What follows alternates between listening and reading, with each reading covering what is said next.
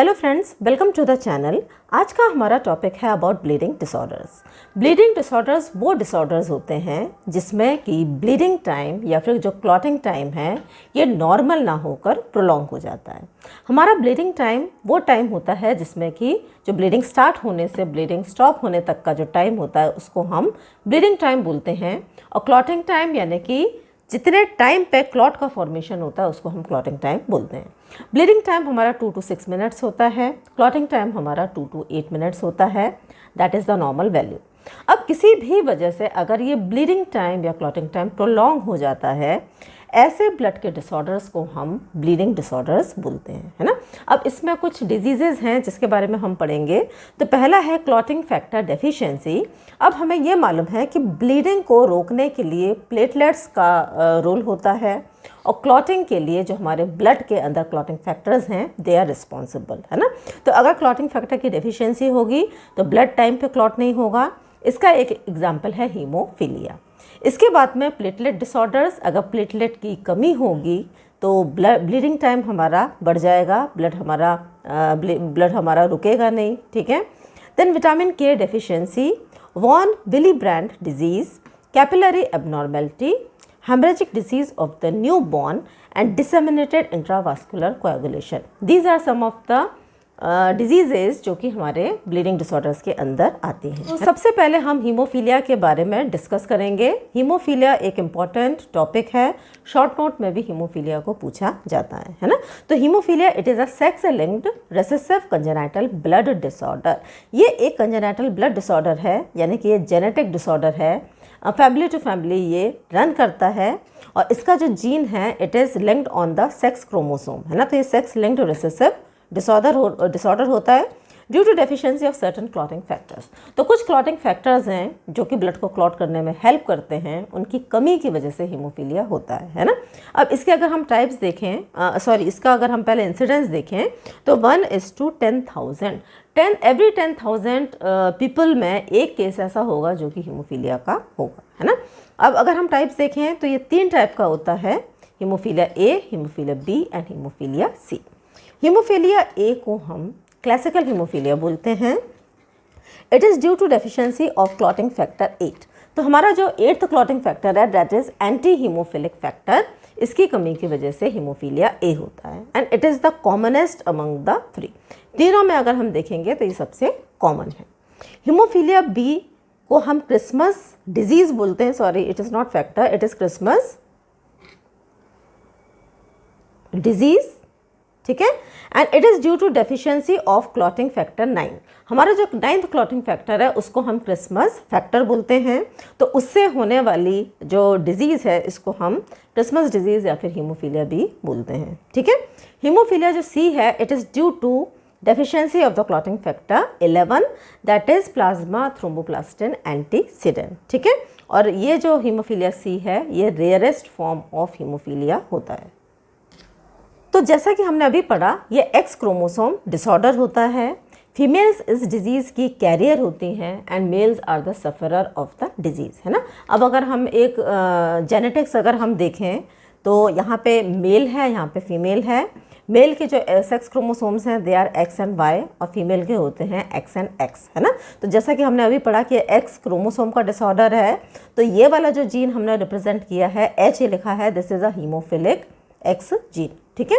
तो X Y के gene होंगे एक्स एंड वाई, और एक्स एक्स के जीन होंगे एक्स एंड हीमोफिलिक एक्स। तो अगर हम इसके कॉम्बिनेशन देखते हैं, एक मेल का जीन है एक फीमेल का जीन है, ठीक है। तो अगर हम इसका कॉम्बिनेशन देखते हैं तो या तो एक्स और एक्स कॉम्बिनेशन होगा, या फिर ये एक्स और एक्स हीमोफिलिक होगा, या फिर वाई और एक्स होगा, या फिर वाई और एक्स एच होगा, है ना। तो यहाँ पर चांसेस हैं, this is a normal female, this is a carrier female क्योंकि फीमेल्स इस डिजीज़ को कैरी करती हैं, है ना। This is a normal male X Y, और यहाँ पर एक्स एच वाई, है ना। ये जो है this is a diseased male या फिर सफरर, है ना। तो इस तरीके से ये जो जेनेटिक्स हैं ये फैमिली के अंदर रन करती हैं, ठीक है।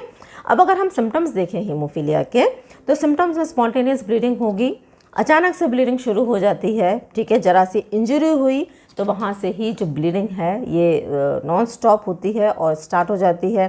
Prolonged bleeding due to cuts and surgery, है ना, जरा सा भी छोटा सा कट लगा है शेविंग के समय, या फिर सर्जरी हुई है, या फिर टूथ एक्सट्रैक्शन हुआ है, तो जो ब्लीडिंग है नॉर्मल समय से ये बहुत लंबे समय तक ये प्रोलॉन्ग हो जाती है। हेमरेज होता है जीआईटी से, यूरिनरी ट्रैक्ट से, ठीक है। और ख़ास बात इसकी ये है कि ब्लीडिंग इन जॉइंट्स, है ना, तो जो जॉइंट्स हैं यहाँ पे भी ब्लीडिंग देखने को मिलती है। इन्वेस्टिगेशन अगर हम देखेंगे तो क्योंकि यहाँ पे क्लॉटिंग फैक्टर की कमी है, तो जो clotting time it is prolonged, ये बढ़ जाता है, लेकिन जो ब्लीडिंग टाइम है इट इज़ नॉर्मल, यहाँ पे कोई चेंज नहीं आता, है ना। अब अगर हम इसका ट्रीटमेंट देखें तो replacement of missing clotting factor, है ना, तो या तो जिस क्लॉटिंग फैक्टर की कमी है उस क्लॉटिंग फैक्टर को हम पेशेंट को दे दें, या फिर ब्लड ट्रांसफ्यूजन, या फिर फ्रेश प्लाज्मा, है ना। तो अगर हम ब्लड देंगे तो ब्लड के अंदर भी क्लॉटिंग फैक्टर्स प्रेजेंट हैं, फ्रेश प्लाज्मा देंगे तो ये क्लॉटिंग फैक्टर्स प्लाज्मा में होते हैं, तो भी that is also a treatment. और सबसे अच्छा तो ये है कि जो क्लॉटिंग फैक्टर मिसिंग है उसको हम रिप्लेस कर दें। अब सेकंड जो ब्लीडिंग डिसऑर्डर है दैट इज़ परप्यूरा, है ना। Purpura it is characterised by tendency to spontaneous haemorrhage beneath the skin, mucous membrane and internal organs from small blood vessels, है ना। जब हमारी ब्लड वेसल्स, छोटी छोटी सी ब्लड वेसल्स हैं, वो रप्चर होने लगती हैं और ब्लीडिंग करने लगती हैं, तो जो ब्लीडिंग की टेंडेंसी कैसी हो जाती है, स्पॉन्टेनियस हेमरेज, अचानक से कहीं से भी ब्लीडिंग शुरू हो जाती है। मोस्टली ये स्किन, म्यूकस मेम्ब्रेन और इंटरनल ऑर्गन से ब्लीडिंग होती है, ठीक है। अब अगर हम इसका टाइप्स देखें और कॉज देखें तो यहाँ पर it is increased capillary fragility, हमारी जो स्मॉल ब्लड वेसल्स हैं, कैपिलरीज हैं, वो बहुत फ्रेजाइल हो जाती हैं, जरा सी चोट लगी, कुछ हुआ तो वो तुरंत ऊज करने लगती हैं और ब्लीडिंग होने लगती है ना।